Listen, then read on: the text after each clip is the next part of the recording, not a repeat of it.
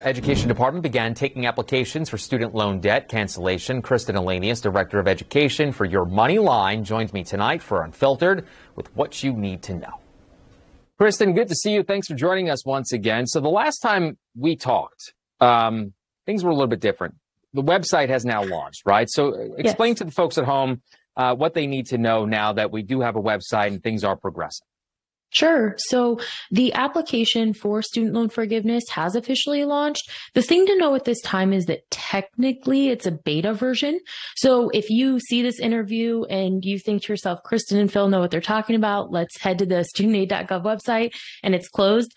Do not panic. That the department has advised that could happen from time to time and that the department's not yet ready to begin forgiving student loans. This is essentially placing you in a queue. Okay, so something else that has come out since the last time you and I spoke is this October 31st deadline. What is that?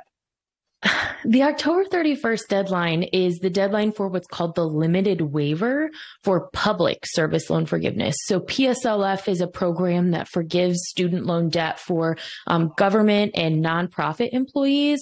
And that deadline for a waiver that attempts to include more payment history for those borrowers, that deadline is still October 31st. So we're all very excited about the Biden-Harris forgiveness. But in the meantime, don't forget that this deadline is looming. Well, I was going to say, and I don't want to get too far into the weeds, though, but is this similar or the same as the Biden administration's initiative? Different. Okay. However, the people that are, or that could be impacted rather by the limited waiver, just statistically have more debt on the line. So the Biden-Harris initiative, we're talking $10,000 or $20,000 in student loan forgiveness.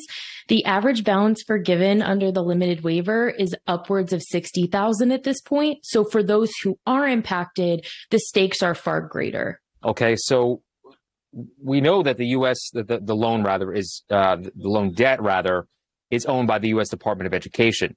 Doesn't really fall under the Biden administration's initiative, right? So what do folks need to know in regards to that? What do they need to do right now?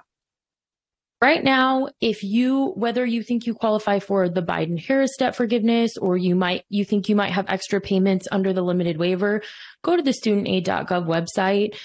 If PSLF is something that you've tried in the past and you were unsuccessful, work through the help tool that's on the website. If you're someone who hopes to have that $10,000 or $20,000 in student loan forgiveness, fill out that other application, get in the queue. The studentaid.gov website's where you need to be right now. Anything else that maybe you want folks at home to know about this that I'm not asking?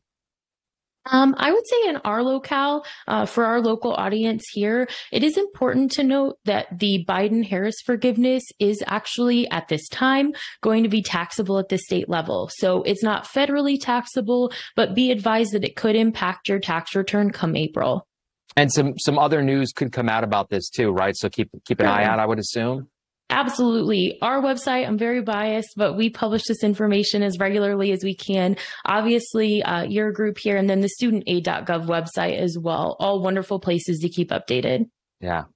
Well, Kristen, thanks again for walking us through. And if you don't mind, we'll probably chat with you again in the future. Anytime. Thank you so much.